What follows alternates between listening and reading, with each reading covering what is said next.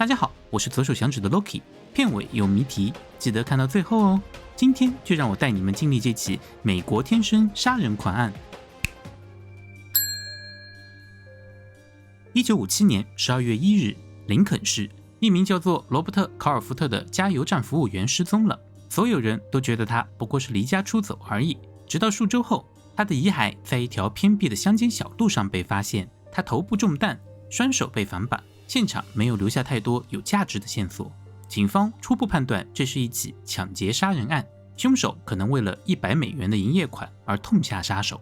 因为没有更多的线索，警察只能暂时将案件定为悬案，希望未来能有新的线索。但谁也没有想到，这起案件只是故事的序章，真正的噩梦即将开幕。1958年1月21日，林肯市一个宁静的社区里，14岁少女卡里尔·富盖特的祖母开始感到不安。卡里尔的母亲、继父以及她年仅2岁的妹妹，似乎在一夜之间消失了。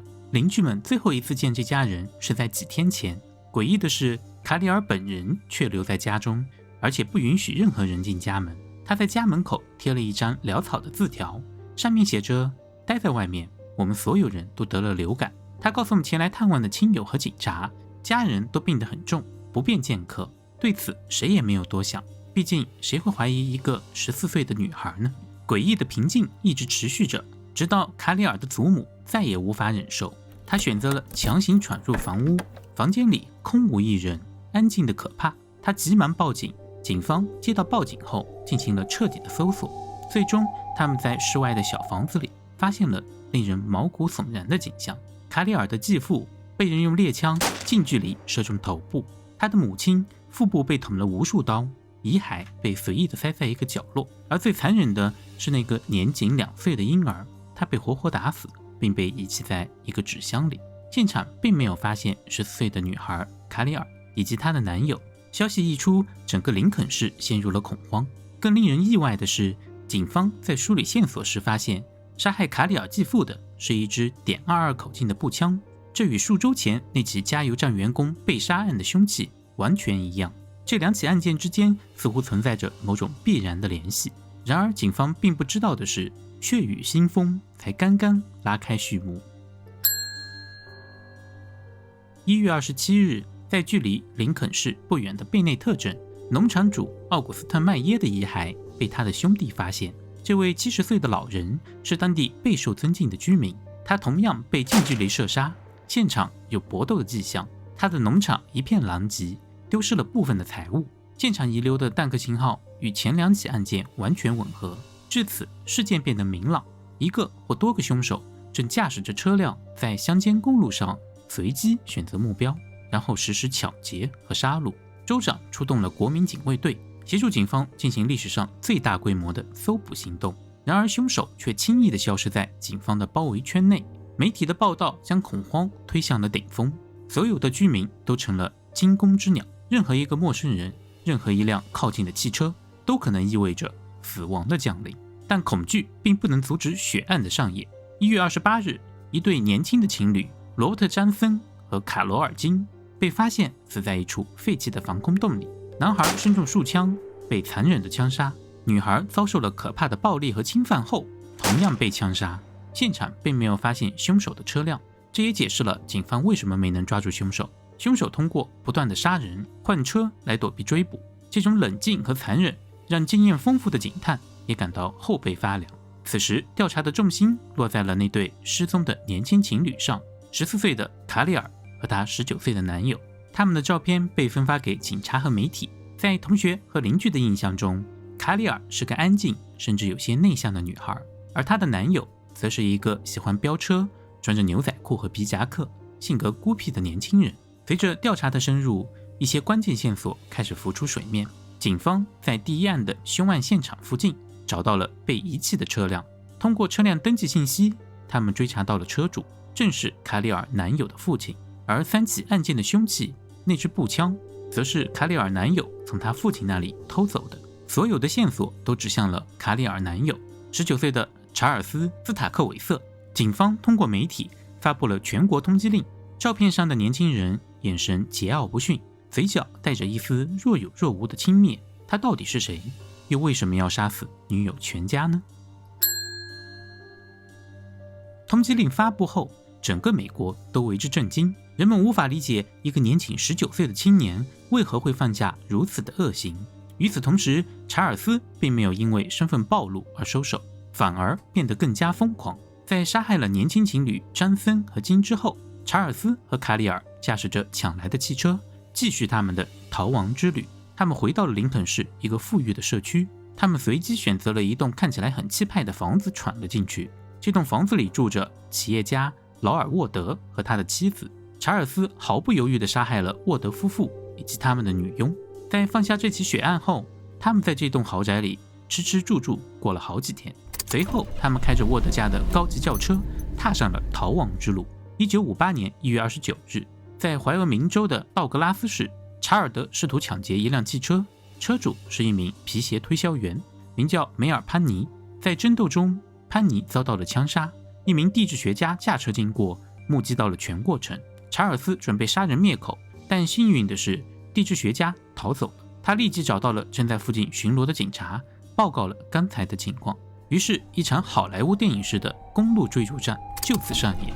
查尔斯驾驶着抢来的汽车，以160码的速度在公路上狂飙，警察则在后面紧追不舍。在追逐过程中，双方发生了交火，一颗子弹击碎了查尔斯所驾汽车的后窗玻璃，玻璃碎片划伤了他的耳朵，导致他流血不止。这个曾让整个州都为之颤抖的冷血杀手，在看到自己流血的那一刻，竟然感到了前所未有的恐惧。他以为自己受了致命伤，立刻停车投降。不可一世的杀戮之旅就这样以一种近乎荒唐的方式画上了句号。被捕时，他嘴里还在念叨着卡里尔不应该被牵扯进来。至此，凶手终于落网。查尔斯·斯塔克韦瑟1939年出生于一个贫困的蓝领家庭，他天生 O 型腿，身材矮小，有严重的语言障碍，这让他从小就成为同龄人嘲笑和欺凌的对象。在学校里，他成绩糟糕，被认为是蠢货，身体上的缺陷和被当作傻子，在他心中埋下了自卑和愤怒的种子。他对所有人都视为敌人，将世界看作一个充满恶意的黑暗森林。为了对抗这种被歧视的感觉，他开始沉迷于健身，企图用强壮的身体来武装自己脆弱的内心。同时，他找到了一个精神偶像詹姆斯·迪恩，尤其是他在电影《无因的背叛》中扮演的叛逆角色。查尔斯模仿他的发型、穿着，模仿他那种对权威不屑一顾的态度。他认为自己和偶像一样，都是被社会误解和抛弃的反叛者。唯一能让他感到慰藉和认同的人，就是14岁的女友卡里尔·福盖特。卡里尔的出现成为了点燃查尔斯内心火药桶的导火索。在查尔斯看来，卡里尔是这个世界上唯一能理解他、接纳他的人。当卡里尔的父母反对他们交往时，查尔斯觉得自己遭到了巨大的否定。在他扭曲的世界观里，杀死卡里尔的家人是为了解放卡里尔，是为了扫清他们爱情道路上的一切障碍。于是他扣动了扳机，开启了血腥的杀戮。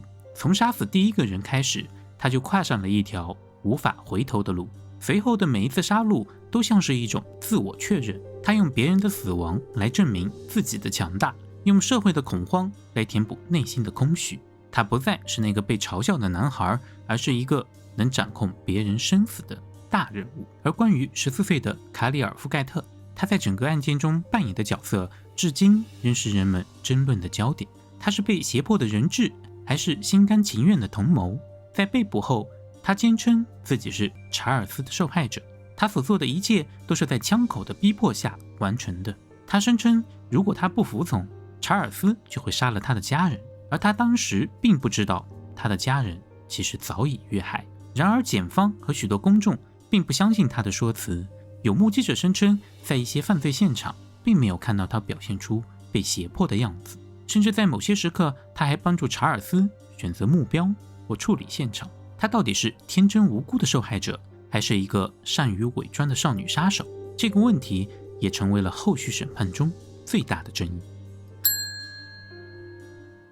两人被捉拿归案后，笼罩全美国的恐怖阴云终于消散了。随之而来的是一场备受全美关注的审判。审判的焦点不仅在于他们的罪行，更在于这场无差别的杀戮背后的动机。以及那个14岁女孩在其中扮演的真实角色。查尔斯在法庭上表现得狂妄自大，毫无悔意，甚至对自己犯下的罪行感到某种病态的自豪。他承认了所有的谋杀指控，在陈述中，他把自己描绘成生来就注定要走上这条路的人，一个被社会逼迫的天生杀人狂。他试图将责任推给命运和社会，甚至声称自己有权决定谁生谁死。他的辩护律师试图以精神失常为由为他脱罪，但查尔斯本人却在法庭上坚称自己神志清醒。最终，陪审团拒绝了他的精神失常辩护，裁定他犯有1级谋杀罪，判处死刑。1959年6月25日，在州立监狱，20岁的查尔斯坐上了电椅。在行刑前，他依然保持着标志性的冷漠和蔑视。他拒绝了最后的晚餐，唯一的要求是剃掉他的头发。当被问及是否有遗言时，他只是平静地看着在场的见证人。随着电流的通过，这个在短短8天内夺走了11条无辜生命的年轻恶魔，结束了他短暂而罪恶的一生。相反的，卡里尔·富盖特的审判则要复杂得多。他的辩护团队坚称他是查尔斯的俘虏，一个被恐惧支配的孩子。他们强调，在整个过程中，他从未亲手开过一枪。然而，检方则描述了一个截然不同的形象，一个冷酷、狡猾的同谋。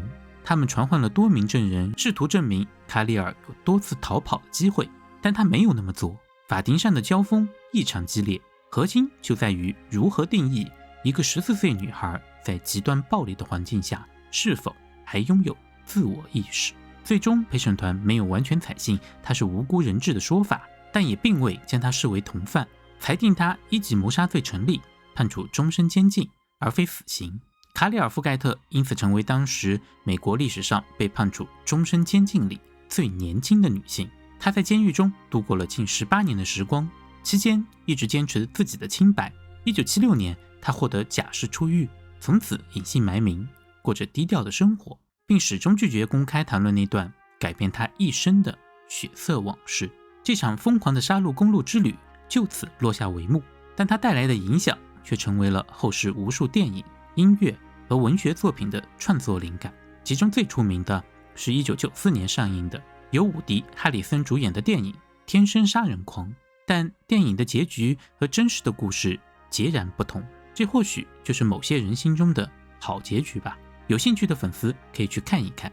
听完以后，你觉得卡里尔·富盖特是 A 无辜的人质， B 幕后的黑手？在评论区告诉我你的想法。如果你觉得喜欢这个视频，希望能够现在就给我点个赞，这样就能够帮助这部影片去推荐给更多的观众了。感谢你的支持。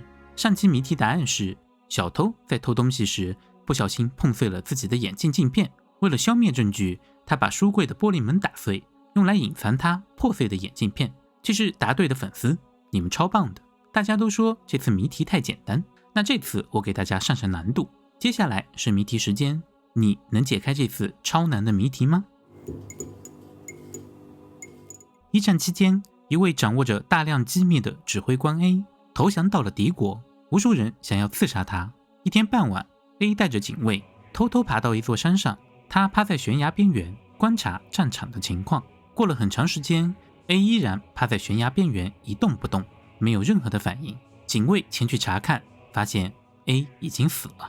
他们连忙把他的遗骸抬回营地，请医生鉴定。医生检查后发现 A 的全身一个伤痕都没有，平时体壮如牛的他忽然死去。一时间谣言四起。一位侦探听说这个事情，稍加思索后说，这只是一个巧妙的杀人事件。如果我没有猜错的话， A 的望远镜当时一定遗落或者丢失了。